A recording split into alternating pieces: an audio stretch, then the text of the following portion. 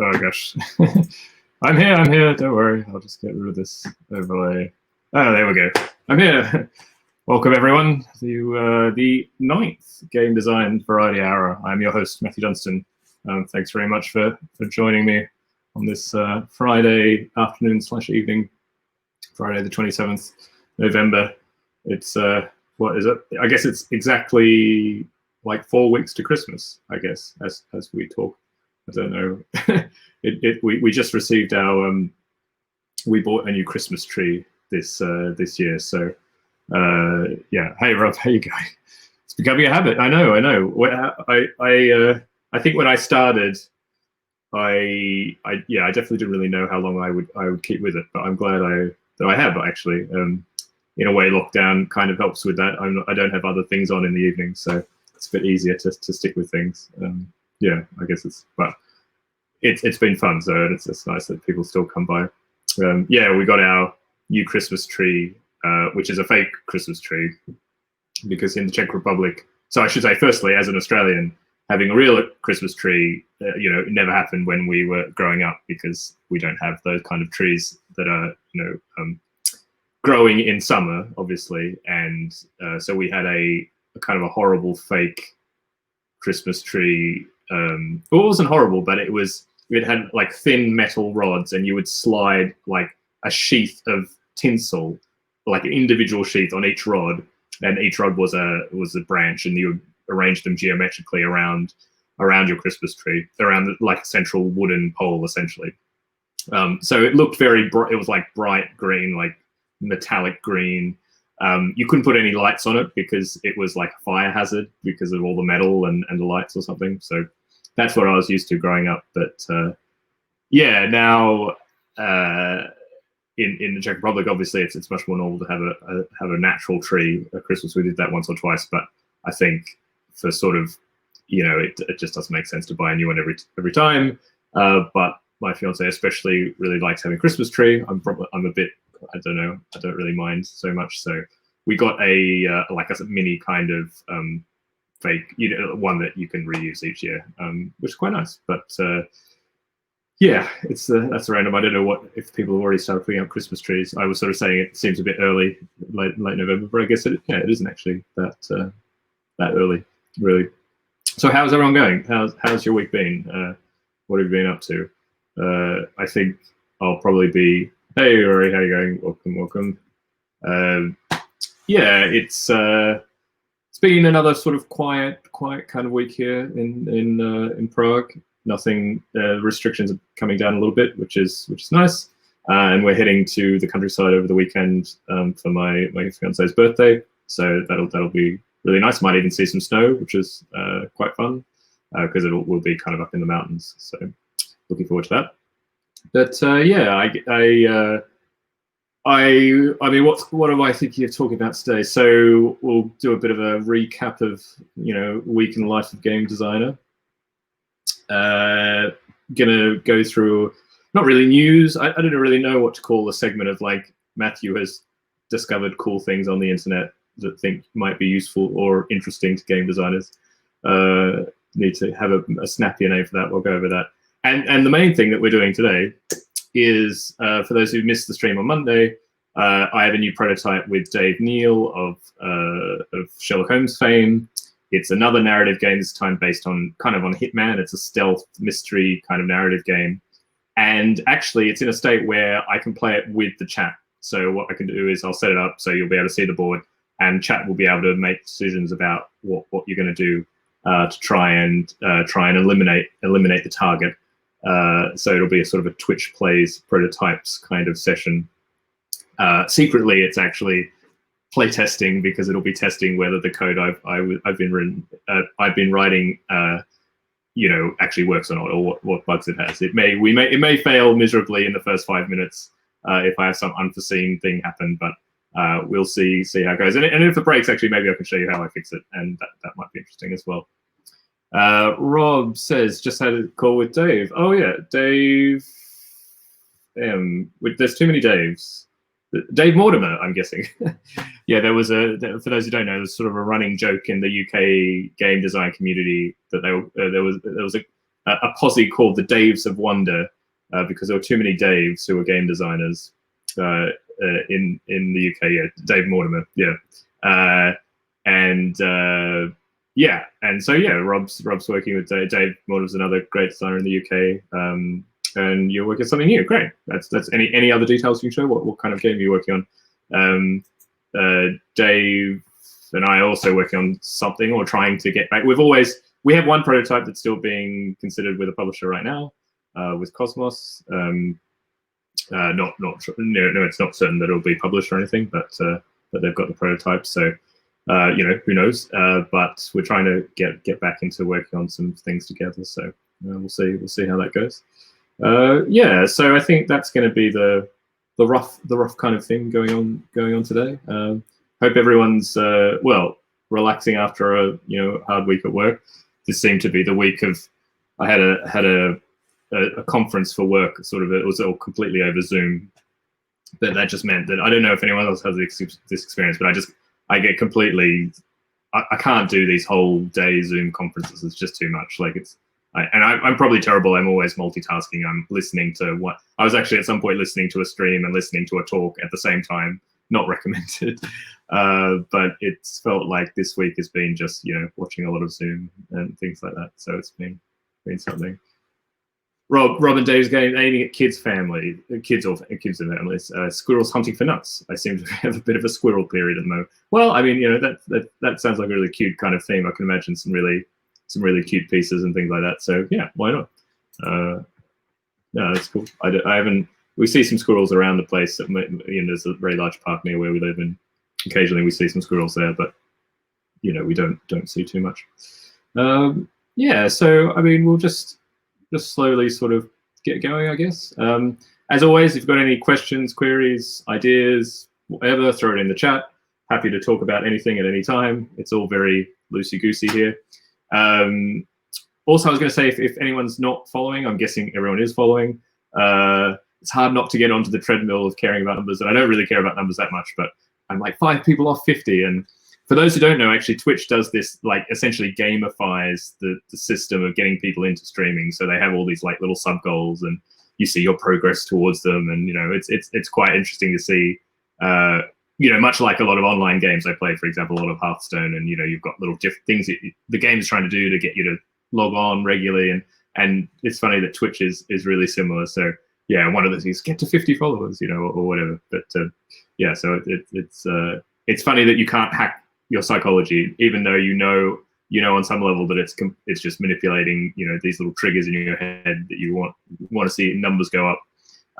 You can't shut off that reptilian bit of your brain, so it's quite funny. Afternoon, Alex. How are you going? Thanks very much for tuning in.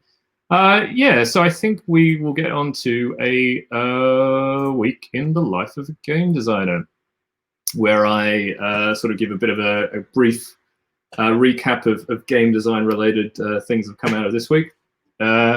So first up is a little bit of a scoop. Not scoop. I mean, it's not completely news, but one of the things actually just happened today is I got sent some new, almost final components for a new game that's coming out. Will be coming out next year now from Brett Gilbert and myself, called Spy Connection from Pegasus Spiel. And I thought I could share. Alex, yeah, I'm sorry to hear that. I hope you've got some good medication or I have a lot of lemon and ginger and honey, and that seems to be my thing. But I also stronger things are also good, I guess. But so I got sent some art, and I thought it could be cool if people are interested. I can show quickly the board. If I put that full screen and I do this. So this is going to be the board, and I'll get rid of this banner because it's going to annoy people. This is the board of Spy Connection. So it's essentially, in some ways, it's sort of a route building game, but also a almost pick up and deliver style game. It's a little bit of a mix. So the way the game works is that you like agents or kind of spy masters. and you have missions, and I'll show a mission card soon, hopefully. But missions are basically a collection of between 2 and 4 different cities. So you might have like London and Budapest or whatever. And you basically have to visit those cities to complete the contract. And the way you're going to do that is that on your turn, you get to make a new connection between 2 cities that you don't already have. And a connection is basically having one of your agents on each of the spaces, like along one particular connection. So for example, between London and Berlin, you need 3 agents. So in one action, the first thing you always can do is you can move across from where you'll have a piece, which is your spy master. They can move anywhere along a network as long as they're moving along complete routes that are filled with your agents. And then after that, from wherever they are, then they can make a new route, which means placing new agents onto a route, and they can travel along that. And at the end of the turn, if you have any, you look at where you currently are. So say, maybe I've already got London to Berlin filled in. So I start in London, I can go to Berlin for free because I've already got that route essentially. For my turn, I can make a new route to Helsinki. I can put 3 agents along here, and then I go to Helsinki. And if I had any contracts that had Helsinki on them, then I would actually take one of my agents, and instead of putting it on the board, I then put it covering up Helsinki on those cards. And of course, if I've then completed the contract, I hand that in, I get the agents back. And it's basically you get points for contracts you've finished, and there's a bit of a race, like the first to finish X, or I think it's 7 contracts. That triggers the end of the game. And the really interesting thing is that there's a bit of blocking. If I want to go along a route that already has agents from another player, I have to put 2 agents on every space that if someone's already there, essentially. Doesn't matter how many other people are there, but I have to put 2. And it's actually kind of a very restrictive game because it's all about these agents. You have a very small pool of agents. I think you have about 14 or 15, and they're used on the map, to make routes. You have to put them on your contracts that are incomplete to show which bits you've done of them. So of course, if you have a lot of contracts going at the same time, they're incomplete. You're going to be kind of holding up agents on those cards. And also how you get new contracts is like there's a row, and the first one, leftmost one on the row is free. But the next one, you have to like take another agent and stick it on the contract, and it's stuck on that contract until you finish it. So there's like an extra cost to have a better pick of contracts. And it's all about managing, this supply, because if I ever need an agent for something, I can always take it off the map. I always have a contiguous network of agents, so I have to take them kind of off the edges. But of course, when I break up a complete connection, then I'll have to, it takes me a whole turn to make it again. So it's about balancing this. Do I want a really big, network on the map, but not so many contracts going, or do I want really good choice of contracts? And obviously having contracts that work together that need the same cities is synergistic. So that's kind of the whole game. It's sort of 30 minutes game, 2 to 4 players, 2 to 5 maybe. This shows, this is where you would have the missions, and you can see the first one doesn't need any extra agents. This needs 1 extra, 2 extra, and 2 extra agents here. It's sort of an older design. It's been with Pegasus for a while, but seeing this is really cool to finally kind of see it in the time you get that kind of near final art, it makes the whole thing feel much more real, which is really cool. And I'll just see, I might be able to share another bit of componentry. We can show that, I guess. That's a card. This is a sample, a sample contract card, basically, that you need to, these are the starting contracts. They have 4, everything else has either 2 or 3 agents on it. So it's a really cool look, and can't wait to see what happens with it. So that looks like it's going to be released early next year, kind of February, March. I think it'll be a combined German, English production. A lot of Pegasus Spiel games are like that. There's no language independence in the game at all. And they've gone for the kind of the native kind of names of the cities, so that kind of works in all languages. So that's sort of the first bit of news, so to speak. Sorry, not news. Sort of week in the life of game designer. The other things, we continue to work on the next iteration, next scenario in the adventure games line, number 6. So I had another meeting with Phil Walker-Harding and Michael from Cosmos, and we're still brainstorming the story. We're brainstorming different. Yeah, interest. Okay, whoops. I don't know. Okay, this is obviously something. I must be doing something right with streaming. It's the first time I have to deal with spam. I'm just looking at how I do this. Does anyone know how I do that?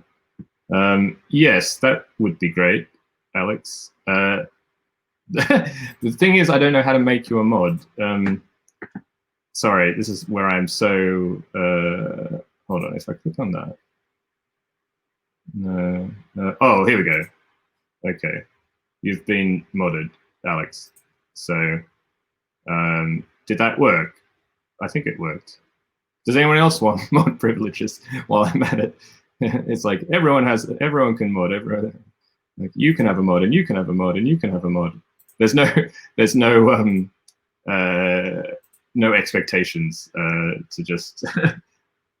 I'm pretty sure it worked, or at least yeah, it looked like, yeah, it seems that you've worked. Okay, no, thank you so much, Alex. It was funny. I was just watching Ross, like of More Games Please this week, and he was like describing the moment where he suddenly had to like, how people became mods, and there was a stream that went to 100 people, and he realized that he really needed to work. And I thought I wouldn't have to worry about that for a very much longer period of time, because I'm nowhere near the level of what Ross is doing. But well, there you go. They found me, so we should all feel privileged and honored. Hey Josh, how you going? You've just missed our brief run-in with bots and things. So yeah. Anyway, good times. Yeah. So that was that. Yes, exactly. You're making it. If people are trying to make money off the hordes of people coming through your chat. Yes, I've always wanted to be famous, I guess. Yeah, so Spy Connection coming out soon. Wicked Adventure Game 6. We're doing finally got the Cambridge playtest group back together on Thursday. Just 3 of us actually this time, but I hadn't actually gone to it. I mean, it's virtual via Discord at the moment, but it was nice to kind of get back and actually, I didn't playtest any of my own games, but placed a game of Federico, who's a fellow designer from Cambridge. So that was nice. He makes these kind of really cool, thinky 2-player abstracts in the vein of something like Hive. And he had a new one, and it was definitely head scratching, but it was actually for I don't think he played it much, but it already had some really interesting, crunchy decisions in it, and it had one of those really great moments where you.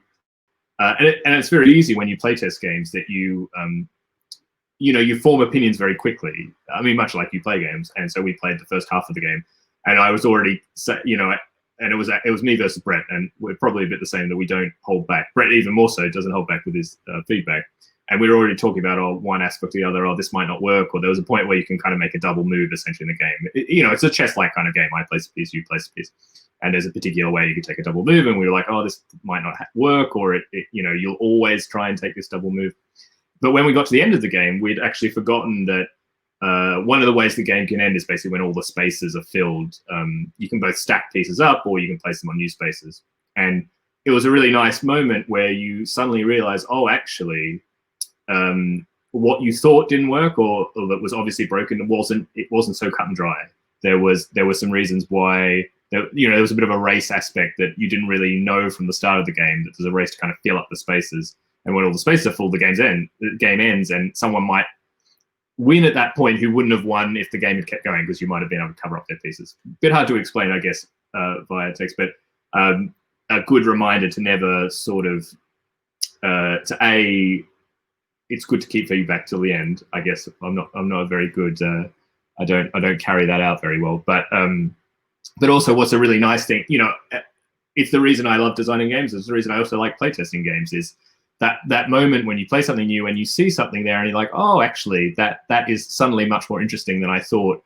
I couldn't see that, there are, especially games, you'll read rules, and sometimes when you read rules, the gameplay ends up being very close to that, or you're very good. You can kind of imagine what it's like. And the best games are the ones where you read the rules and you're like, okay, fine, and you play, and there's something in the way you play that you couldn't see just by reading the rules. So something emerges, and you have that feeling of like, oh, okay, this is suddenly a bit more interesting, and that was really great. So it was good to play test Frederica's prototype. Still a lot of work to go, but definitely very promising to start with, which is good. What other things? And yeah, I don't know if anyone else. Well, I mean, it's only if you'd be following me on Twitter, but I'm also working currently on Tiny Touch Tales is essentially Arnold Rauers, who's a German digital game designer, app game designer. He made his most famous game is called Card Crawl, and but he's done 4 or 5 different games. I definitely recommend following him on Twitter. He tweets out various game jam ideas and things, and he probably is one of the most board game. He makes the most board game like or tabletop game like app games, but he himself is not, has no connection to tabletop games. These aren't ports. These are completely original games that he makes. So and Card Crawl, it's quite an old design. I think it came out maybe 5 or 6 years ago. I played a lot of it. It's a really fun kind of solitaire game almost. There's another one called Miracle Merchant, which is also they're all kind of one-player experiences, and I've been a huge fan of his. His games also have amazing. Just the look of them is really great. There's really great feel to them. They're really easy to play. There's a really nice flow, and about a year ago, or maybe a year and a half ago, basically out of the blue, I don't know why I decided to I think I know this was. I was following on Twitter, and he put some idea about a game. He had sort of a new idea he had for a game, and it was a bit similar to some things I had been thinking about. I had been thinking about a digital game based around the row and column system in Monumental for a while, or some tweaks on that, but on a 3x3 grid. And he tweeted an idea like this, and I said, I tweeted back at him or messaged him or something like that, you don't know who I am. I'm just some random game designer, but I've been having some thoughts in this thing. Do you want to just chat? Maybe we could work together. It doesn't always work out in this way, but Arnold was really cool, and he was happy to answer a random person getting in contact with him via Twitter. And we ended up chatting, and then probably for the last year or so, we've been collaborating on this new design together, which will be an app. It's always designed to be an app, and Arnold is definitely doing more work than I am in that he does all the coding. For those who watch Monday's stream, my coding level in games is very, very minimal, but we're working together on the design, and I'm doing, trying to design some cards and different content. And basically it started as a kind of a deck builder, a roguelike deck builder, which of course, things like Slay the Spire and Monster Train are doing more and more, but we're doing it with this kind of 3x3 grid. And the idea is that, you have a deck of cards and you'll deal out a 3x3 grid. And in those cards, most basically are items and weapons that you use, but they're also the monsters that you have to fight. And the idea is that on your turn, you can select any number of cards, but you have to select in a path. And a path means you can only go to adjacent cards. You can't go diagonal. Each card you can only select once. And you choose how many you want to select. But for example, if you want to attack an enemy, you have to select weapon cards before you select the enemy. When you select an enemy, you look at all the weapons that you selected before you got to the enemy, and then you deal that much damage. So, if I selected this sword and then I selected this enemy here, I deal 2 damage to this enemy, and that'd be enough to kill them because they only have 2 health. If they hadn't been killed, then we'd reduce them by health, and then I would lose the health because they'd kind of attack back. And there's a whole bunch of different things. You can pick up keys, and if to open a lock, you have to select a key and then a lock later on in the same selection. And all the cards that you select, if they're not killed like an enemy, they go to the discard pile, and you get new cards being dealt into the gaps. So it's a bit of a puzzle every time. You get a new 3x3 grid. How are you going to make your way through that grid? There's energy cost to selecting some of the cards, and your energy only kind of refreshes at the end of going through a deck before you reshuffle. So you have to kind of balance, like sometimes you want to select a lot of cards at the same time, because if you select, say, a bunch of weapons, then you want to kill a bunch of enemies on the same turn, but that's going to cost a lot of energy because you're using more and more cards. So yeah, it's been an interesting process. It's definitely quite different. In some ways, sorry, I'll turn off. I always forget sometimes to turn off notifications. It's quite a different process, I think, to normal, in that obviously you have to put a lot more work into getting a playable prototype, but once you do, you can play it much more rapidly. It's a lot easier to send it out to playtesters because Arnold can package it up to essentially be on this. There's like this test flight program on iOS that you can basically sign up to playtest apps and things, yeah, so we've been able to already get some feedback. In fact, if anybody is interested in playtesting it, we're kind of reworking, and this was the call where Arnold had been working on some other projects for a while, and we're sort of coming back to it now, because now I think it's going to be Arnold's kind of focus for the next year. So we'll start working on it much more actively, and we're kind of not tearing up, but there's a few systems. It is interesting because Alex is asking, how does the game progress? So yeah, the idea is that there's 5 levels which are kind of randomly selected, and you're just trying to get to the end of 5 levels. And in each level, there's a set. You have a set of items yourself, and then the level has a set like enemies and other things, and you mix those together, and that gives you the deck for that level. Also, every time you go through like one shuffle, new enemies get shuffled in when you shuffle the deck again. So because as you kill enemies, they get removed, and then new ones will come in. So it gets a bit harder as you go through the same level. And basically at the moment, and this is a bit of the change we're making, is that first and foremost, you just have to get through the level, which is 3 shuffles. So once you get through 3 shuffles, you've survived. So that's like the basic level of like the basic point of succeeding. But now we're going to have, essentially, you'll have 2 main like side goals, one of which there'll be a boss monster in every dungeon, and you get a bonus if you can kill that boss before 3 shuffles. And there'll be sort of another quest, which will be kind of a bit like an achievement, like maybe like kill 3 enemies in a single turn or something like that, where you're trying to set things up so you can do that as well during the level.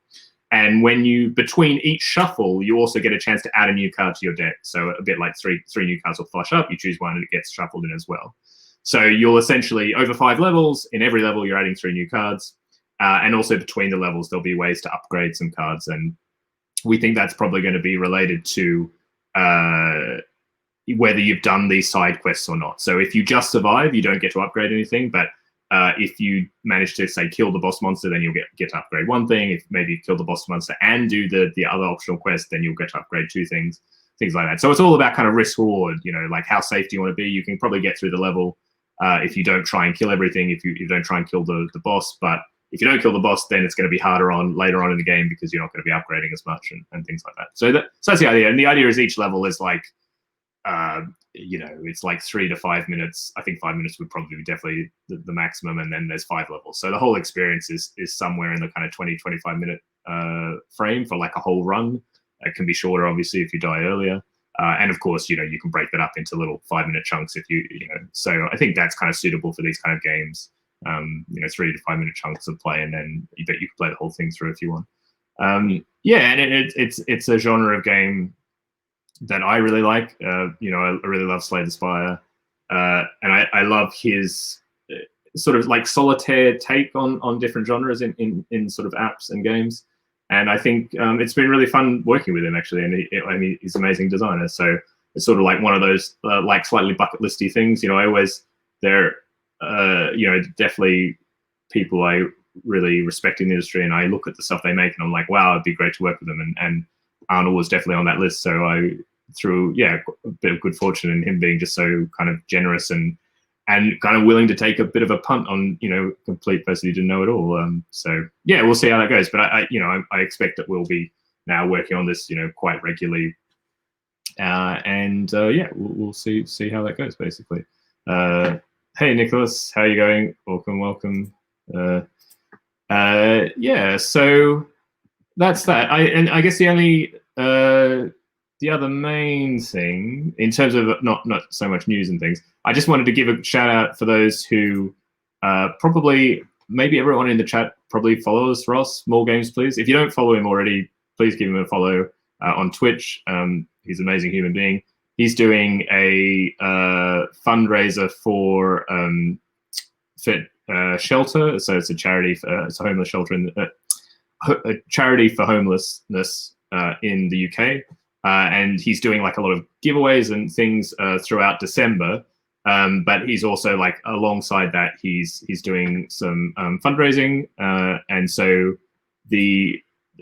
I can put the link probably in the chat, but I just recommend if anyone hasn't seen it, give it a look. He's just a really great human being, and I thought I'd just shout it out there, and and watch his streams if you like seeing board games and play to a stream. It's a really nice community.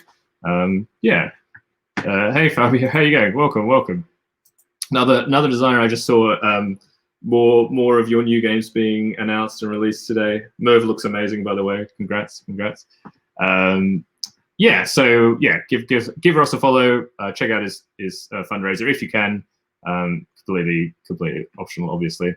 And the only other thing that I sort of came across this week that I thought could be interesting to game designers is this YouTube channel, which is actually based around another digital game that's currently in development.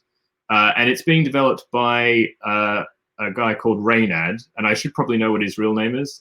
He's a former Hearthstone pro player, and I think probably he's played a lot of Magic. And I'm not that into the Hearthstone pro scene or anything, so I don't know that much about him actually, and I don't think he plays Hearthstone anymore.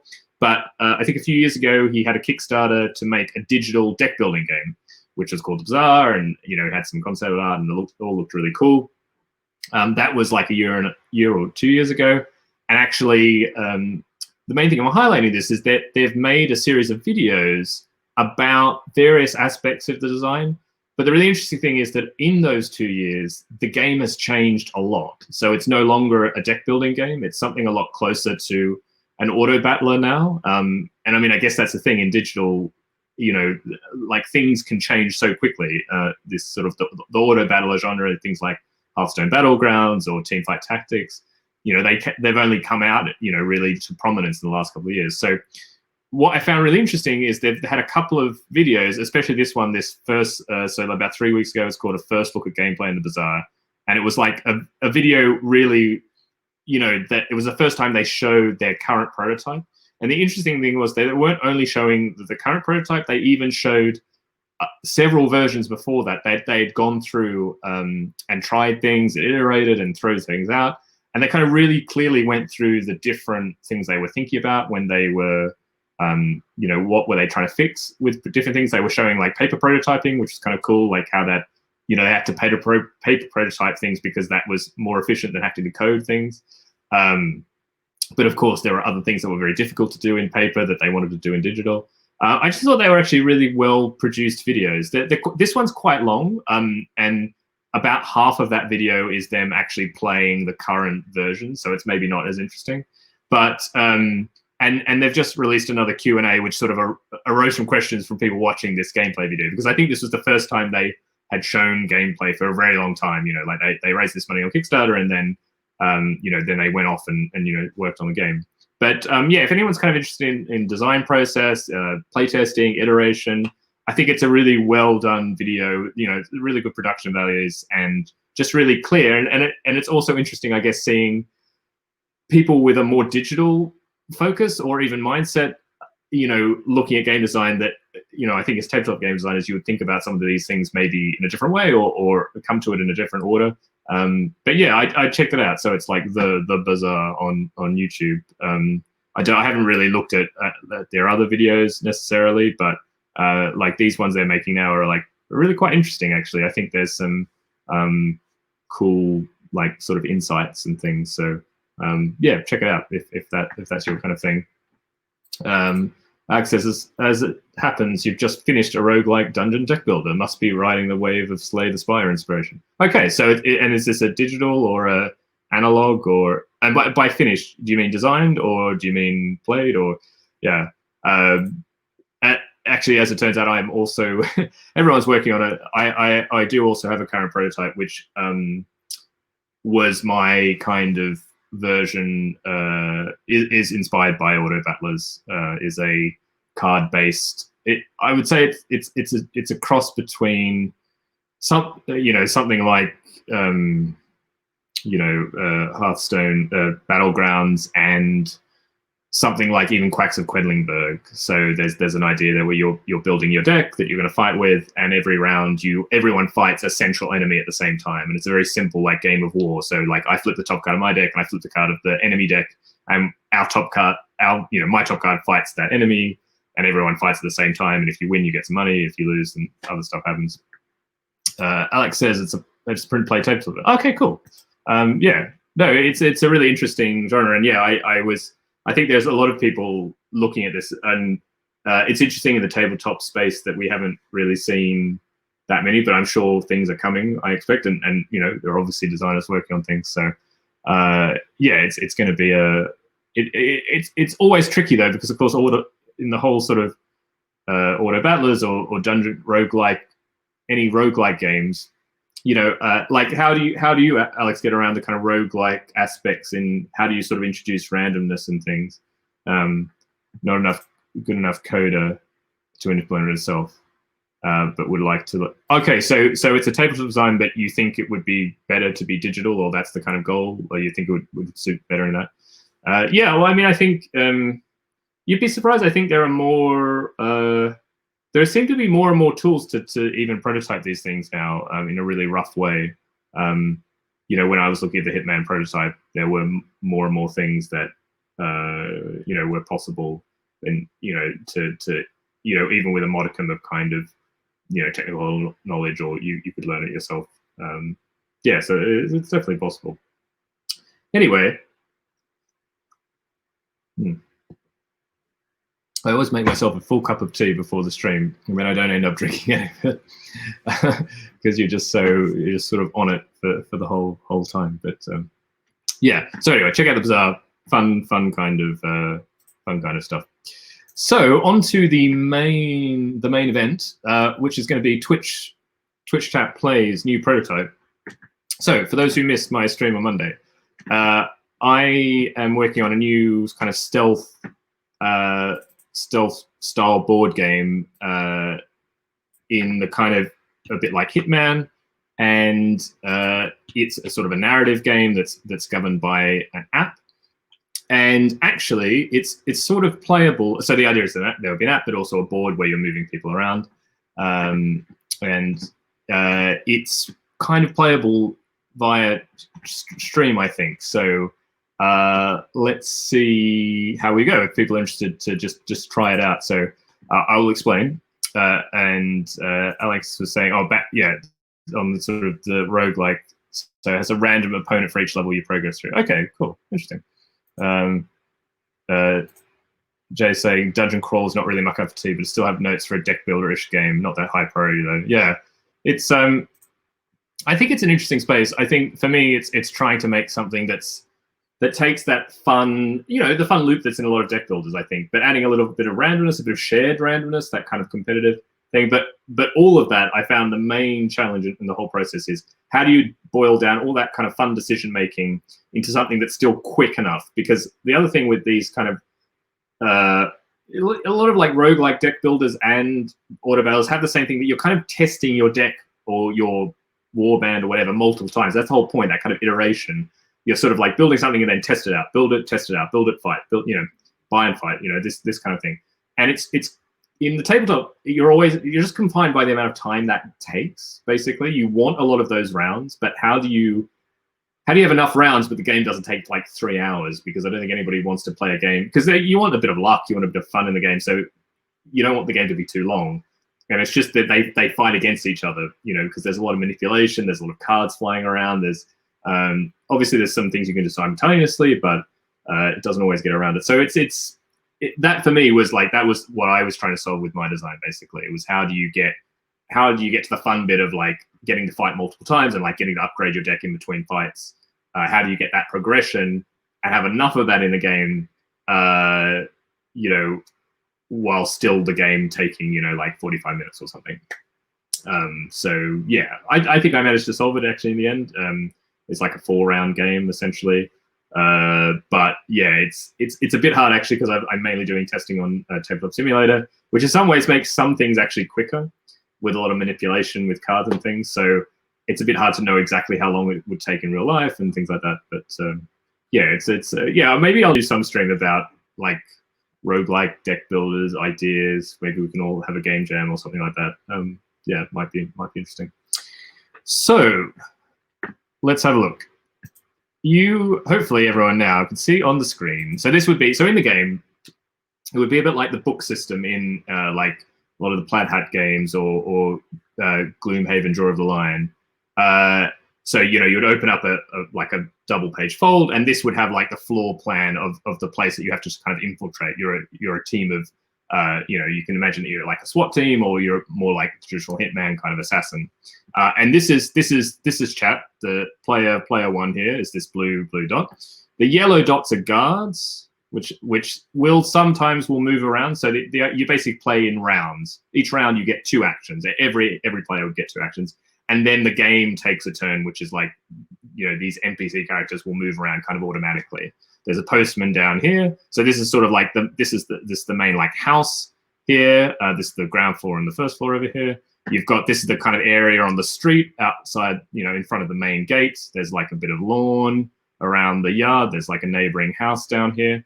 I don't know how well people can see this. I was trying to like, you know, you want it big enough so that you can see the whole thing, but I haven't found the right way. So hopefully it's not too bad. Your goal as assassins is to kill, you have 2 goals. First is you have to kill this target. This target is in their office, and they, you know, they're kind of locked, you know, in locked doors. You know, it feels very difficult to get to them. So you have to kill them. Everyone has, like, you start with a gun, so if you have kind of line of sight, you can kill them. You can also, if you're in the same space as someone, you can try and strangle them. I haven't quite implemented all the interactions, so you might, you know, you usually can't like strangle a guard unless they're kind of looking the other way or something like that. You're also kind of undisguised. You just have like regular clothes on, so that might be suspicious. People might not let you in places. And your other goal is, so you have to kill the target, and there's a computer down here that you have to destroy some files on the computer. But you essentially can't read the labels, but numbers are manageable. Yeah, okay. What we can do a bit, I mean, I can probably just focus on the ground floor. Unfortunately, like the kind of yeah, I should have thought about this a bit. But I can kind of like zoom up and down if you know, if there is sort of interest about that. That, you know, like I can kind of explain the choices anyway. So the way it's also working is I can show. So I essentially have code which is like an app, which, you know, when you make an action, it'll tell you. So the way that works is that you know, this is your turn as the player. You know, I run this little bit of code, and it basically gives you the options that you have. And so what I'll do is, I guess I'll paste the options into chat. So these are your options. You can move to, so you're the player. You can move to 101, which is here. You can move to 103, which is here, and you can move to 104, which is here. Which, you know, basically you can always move usually to an adjacent space. So those are the 3 options. So the first person to write one of those options, we'll do that. If anyone wants to make a choice about what's the first thing, the first action you'd like to do. I vote 104. Okay, great. So yeah, there's going to be a bit of a weird, like, I will sort of. So you've moved to 104, and I put that in the app, and that's fine. So you are now in 104. So I'll move. Whoops. Move it down here. So yeah, you would move the actual figure on the thing. And so now we go again. So we're now, because you have 2 actions, you know, again, we'll see what the options you have. You have the options to, you can move, it's taking a while. You can move to 102, you can move to 103. That's actually, you should be able to move to 108. That was a little bit of an error because you can come around here. Or you can shoot the postman. You remember the thing from Monday. can we see if the back door is open? There is no back door to this place. It's a solid wall, so you're gonna have to find a different way in. But there are multiple ways into the house. So yeah, I should say, so your choices are move to 102, move to 103, move to 108, which I didn't put in chat, or cast fireball. Thanks, Rob. That is not an option. Or you can shoot the postman. 108, thanks, Al. That was first. Okay, so it's going to be funny if it doesn't. This will already show if I somehow got this coding wrong and it doesn't let me go to 108, but I'm hoping, yep, it's fine. So I'm just going to check that that's telling you that you're there. Yep, fine, great. Okay, so that would be a full turn, basically. And then I would, of course, in the app, what it would automatically do is it would spit out the kind of like things that happen, but I have to actually run a different command. So it's saying that I need to move the postman to 102. I move gardener 1 to 106, and I move both the gardeners to 106. I move guard 3 to 110. It's up here. And guard 4 goes to 210. So that's over here. Okay, so that would be that's kind of updating what's happened at the turn. And then yeah, so now and we've gone to 108. Sorry, I didn't up that from before. And then yeah, well, now we see what are your options again? Okay, so this was right. I just didn't have I'm gonna have to remember that problem before. These are our current options. Branching trees are dangerous. Yeah, it's interesting actually. I'm doing. It's actually a different way of thinking about the story because there are no actual like pathways. Actually, there are just states. So every time we're in a state where a state contains like all the variables, like the location of all the NPCs, where you are, where the items are, the different statuses that maybe different rooms can have, So we have, I think drain pipe was first. Okay, you can't, the windows near 107 actually, like the window, you'd have to be here to look through the window possibly. But yeah, so we're going to interact with the drain pipe. Probably there'll be some way that'll be something better than that. Sorry, I'll just finish this point about state. And every time you take an action, you're just changing one or more variables in the overall state. And then there are different check routines, which basically like check the current state for certain things that would trigger messages, essentially. And you're basically changing states. It's kind of interesting because there's also a branch of mathematics and science which is all about like finite state theory. It's about, if you have a system, sometimes you can just describe it as a form of states, and then how do you move between the states, and that's all you have to kind of define, and you've got all the properties. And this is how you can kind of get emergence, because it's how you kind of put the rules in the game without telling what are the kind of different ways you have to do.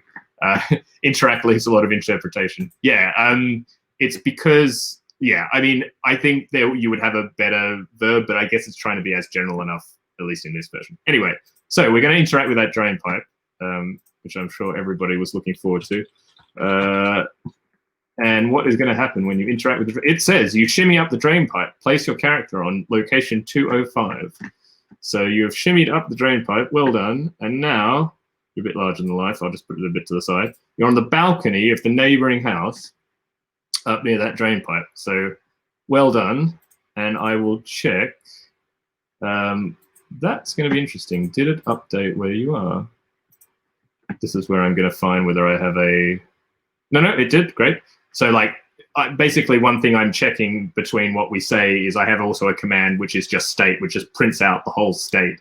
And I was checking whether it had updated the location automatically of the player to 205 after you get the command, and it does, which is good. But that's where things can go wrong essentially. So yes, so you're in 205. Excellent. And let's look what your options are. So, your only option, well, you should be able to interact with the drain pipe if you want, although you can probably guess what would happen. And the other option is you can go to 207. So I'm just going to take a executive decision and say move to 207 because I'm guessing a bit unlike Twitch plays Pokemon, I don't necessarily want it to be Brownian motion where people are like undoing the things that were done previously. So let's move to 207. as a second action. Or was that 2 actions? Wait, 1, 2. No, this is the second action. So we've moved to 207, and it's all fine. There are no problems there. Of course, a bit close to this guard might be a bit of a problem. And then we will check. We'll go to the next round, basically. And that says move the gardener. Both the gardeners go to 103, so they're just kind of like wandering out. The postman is going to go to 101. Guard 3 goes to 112. And then this guard is going to go, perhaps quite usefully, to 212. Yeah. So, how are we going? First thing should have been check inventory. Yes, you do have a gun. You have a gun. Yeah, I should say, in case this wasn't obvious. So let's see. So one thing I think I actually may have a problem, but it'll be interesting whether it's an option. Yeah, I actually had forgotten. Not forgotten, but there's actually there's a window here. So it is possible to, or like a door, which probably makes sense that you're able to get through from the balcony. Otherwise, it's a bit of a useless balcony. Nicholas first was wanting to move to 210. I will say the other options. You are able to move to 205, so you go back, or you go to 210. So yeah, so no great surprise there. So let's move to 210. Okay, all good. And then your options then are, you can move to 207, so you can go back out the window. You can move to 211, which is out of the corridor, move to 212, or you can interact with the dongle. I'll put those in chat. So yeah, so you can move to 207, like, oh, sorry, we're now in 210, move to 207, 211, 212, or inspect dongle. That's probably a better way, but yes, we can interact with the dongle. Interact with the dongle. That has said nothing, which is a bit unfortunate, but I'm hoping that it's going to have popped up into your inventory, and I've just got some problem with it saying that you have the dongle.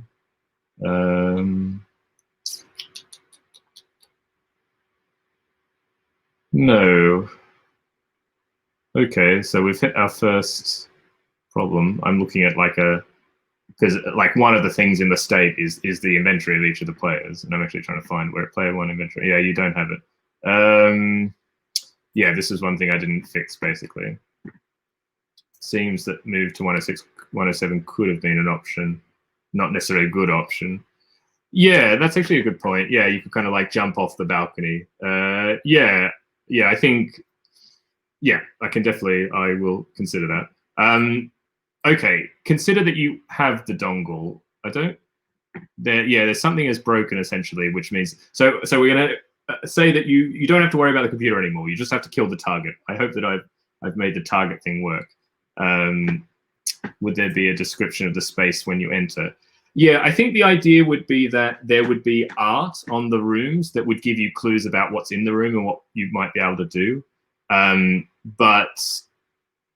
that, like, you would be prompted that these are your available actions, and that's kind of telling you what's possible. It could have a description when you go into a room, possibly. Yeah, if the guard is down to 107, it could be useful to jump down. Yeah, that's true. That could be a cool thing to like jump on the guard. Yeah. I should be, much like playtesting, I should be taking notes while I'm doing all this, or maybe I can look back at the stream. This is like a record of what's going on.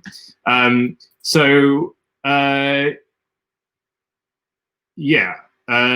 Let's say you've got the dongle. Basically, that's you've managed to get the dongle. That is one error that I've got in the code, which I don't quite know how to. Well, I do probably know how to fix it. I can probably show you all how I would fix it. I don't know. Like, shout out if this is just so uninteresting to see me actually fixing it. But so, for example, So this is like the code. And we have interact somewhere. Interact here. This is probably going to give away a little bit of the other stuff, but this is, yeah, I haven't actually updated this. So what you need to have, because the inventory, yeah, so I've made some, basically I've just forgotten to like do this. I need to essentially, after you take, and you don't need this.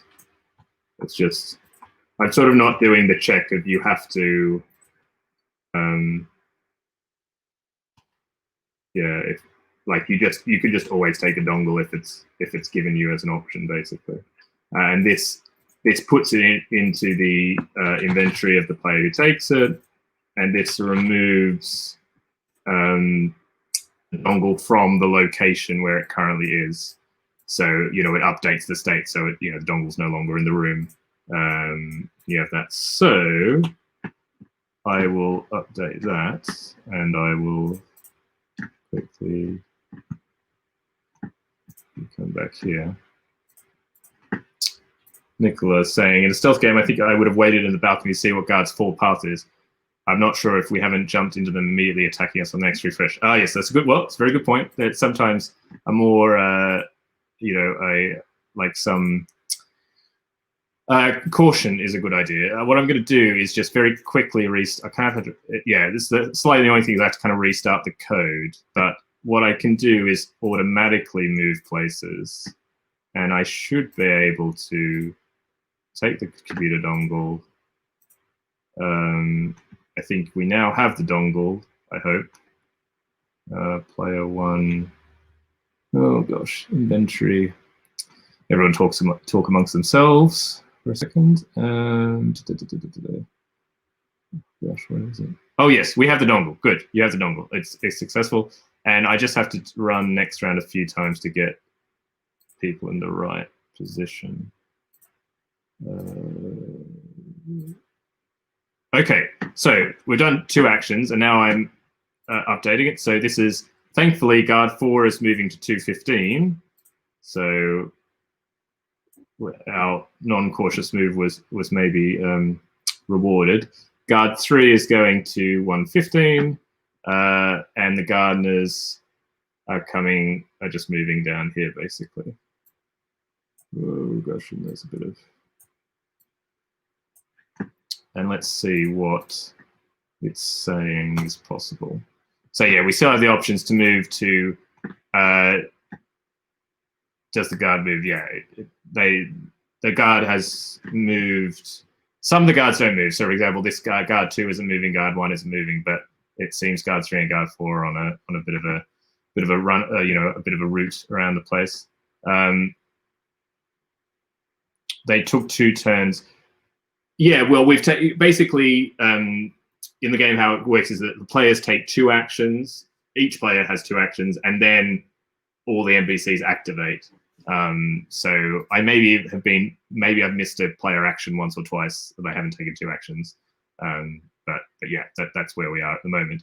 And now the options are to move to 207, 211, or 212. So if anyone has any choices I'd like to do. And so we can still do the computer goal if people want to try and do that, because you do have the dongle. So that's successful. 212, thank you, Rory. Okay, so going into the bedroom.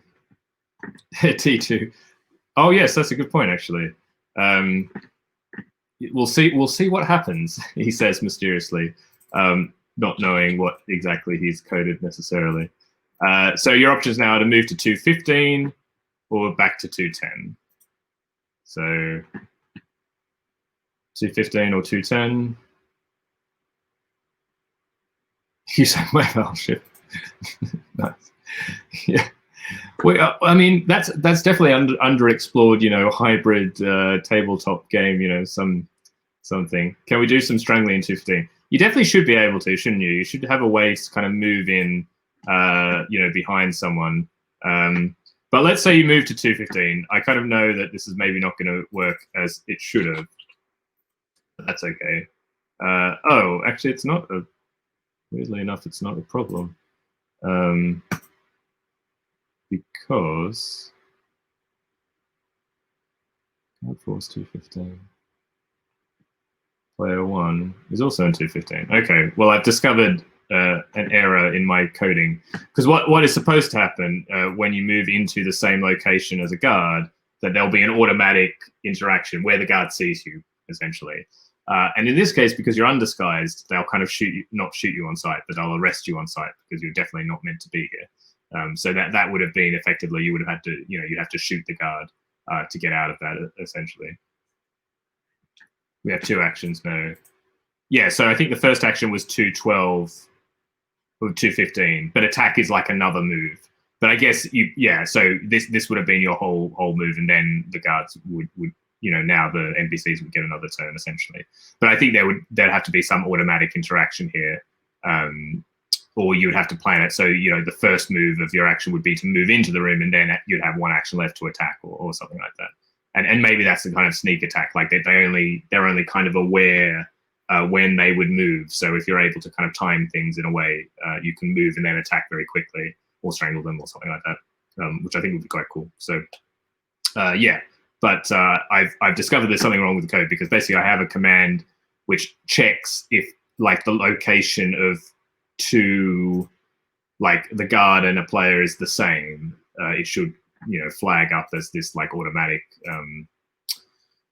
like interaction, like you've been caught, but that hasn't happened. So yeah, but yeah, I think that's maybe as far as we're going to be able to go, because I think I've discovered already a few bugs, but you get a bit of a sense of how it plays, I guess. And yeah, obviously there's there's not a lot of the idea would there'd be more information in the like in the art and a little bit in the like scenario intro that will give you some clues about what might be reasonable things to do. But I love the ideas of like jumping off the balcony and jumping up, kind of sneaking up behind guards and strangling them and things like that. So that's really cool. So thanks very much for that. It would be yeah, Hitman Go. So yeah, it's definitely it's inspired by Hitman, but I don't know Hitman Go actually. I will quickly look at what Hitman Go is. Oh, interesting. Okay, so it's sort of like a Hitman puzzle game. Oh, interesting. I will check it out actually. Is it on? It's not on Mac, unfortunately. Annoyingly, but yeah, okay. I'll definitely check it out. I didn't know it. Cool. Okay. Thanks for that, Rory. It's good to know. Yeah, it's a mobile game. Yeah, I can show the. Hold on. Over here. So it looks like a.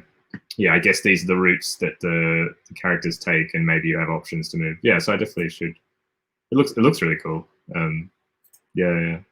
I think I still think what we're going less freeform options. Yeah. Oh, okay. So it's more about like kind of puzzle movement and things like that, I guess.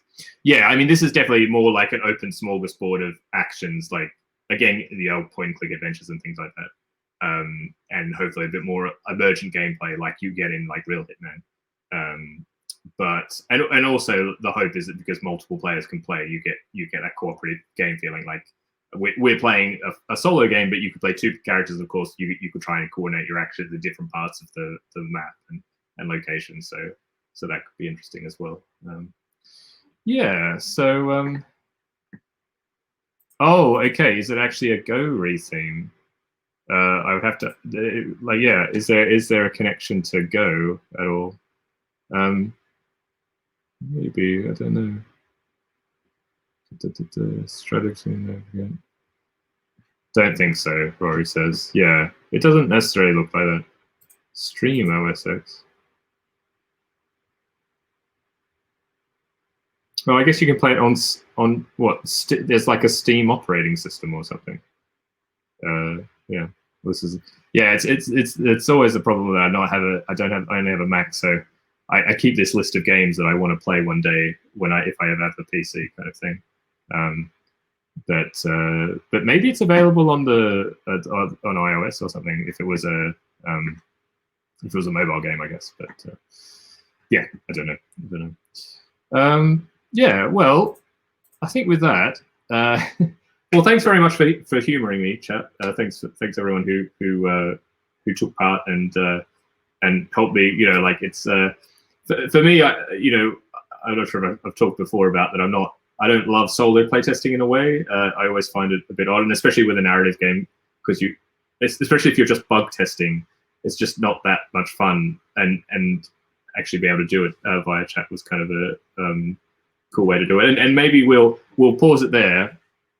I'll save this as a new state. I'll actually do that now so that we can reload and see what on a later date we can have like gameplay number 2. Yeah, even better to intro. There's some dongle based humor going on in chat. Always nice to see. Yeah, and yeah, I think we'll see how it goes. But I know Dave and I are hoping to meet up next week, and I've obviously got a few bugs to iron out myself, and then we'll and I think I mean, it's a good thing that really we're limited by just how much I can code in. There's obviously lots of interactions, like being able to strangle people and jump on top of things, and it's just all the extra things you want to put on and more lines of code, and hopefully we're just adding more and more to things, so things can work out. Yes, very nice, Nick. Strike Blood, the dongling. Yeah, always got to have a dongle in a good game. That's a good signifier. I think there's probably a dongle in Monochrome Inc. of the adventure games, I have a feeling, or maybe it's like a flash disk, like a very small CD-ROM, like mini. What do they call them? Mini discs, something like that. But it's a futuristic version of a mini disc. Anyway, I think that is going to probably come to a bit of a close. I mean, if there's any quick questions, any things anybody wants to chat about or think about, feel free to chuck it in the chat now. But yeah, otherwise, probably we'll slowly wind down. I'm going to try and work out how to put some background music to the stream. I don't know how people perceive both the audio and the video quality, because that's also something I'm looking into, maybe getting an actual webcam and an actual microphone. I'm not sure how people feel like it's sounding or looking like at the moment. I've always tried to be a bit cautious about investing too much money, but I guess I've stuck with it for this long, so maybe it's worthwhile. And it would. And then the other thing is, I was wondering if a little bit of background music, because actually after I showed the Winter Garden kind of videos on Monday, I looked a bit more at their videos, and actually they have made all their music free for use for streaming and for YouTube, as long as you acknowledge them. So I downloaded their music, and I only just remembered before the stream now. I was like, oh man, I was going to try that. So I was while the like the screen at the start was up, I was like madly Googling, can you do this through StreamYard? And I was like, this is ridiculous. I should try another time. People fine with no music. Okay, Girl from Ipanema in the background. Yeah, I don't know. I guess I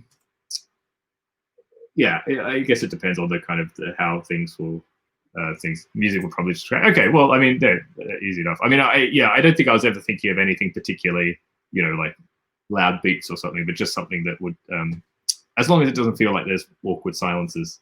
For me, this is just a complete stream of consciousness. So, ambient music wouldn't be the way it could be nice. Yeah, well, let's see. I might try it out, and we'll see what people will think. Nicola had a question about, I was thinking about the player operating app. Would they be playing an Intel role in stream? Well, the thing is that the hope would actually is that, I mean, one way to think about it is that if all the players had devices on your own device, on like your iPhone, it would show the options for your character, and you'd be selecting what option you're doing. So all the players are essentially putting in their own inputs into the device. So the app, like nobody has to run the app. Like I'm running the app because the way I've coded it, you have to do it. But the idea would be that you would just be presented with a screen, which is, you are in the library. These are things you can do. You can move to shoot this person, and you just choose what you're going to do. and then it'll come up on the app automatically. It's like, oh, you've been caught by this, or this has happened, or whatever. And it would then register automatically once everyone's taking their turn. It would say, okay, now here's the instructions: move this person here, move this person here, etc. So yeah, so that's the idea. There's no there's no person who has to play the app, if that makes sense. And I mean, but for now, of course, we're just doing the rough thing. But I think I haven't missed anything in the chat. But well, I will say thank you very much for joining. Hope it was interesting and actually useful. Check out Ross's Ross of More Game Please on his Twitter or on his stream. Check out the fundraising for the charity that he's doing, and check out his streams in December. You can win some games if you're interested. Until I don't know if I'm going to be streaming on Monday. I have hit the first, because I'm going to the mountains and I think I'll still be there. I'm not sure whether I will be streaming on Monday. I will try, but it would be kind of just on my laptop. So maybe I'll try and play that Kato game that I showed before. Maybe I can stream some gameplay or something like that. Or I'll do a short stream, but I'll let people know. But Friday I definitely should be streaming. But with that, I hope everyone has a great weekend wherever you are. If you're in the US and you're doing Thanksgiving, hope you've had a nice Thanksgiving and enjoy the weekend of festivities and things like that. I'll catch you all next week at some time. Until then, stay well and see you later. Okay, cheers.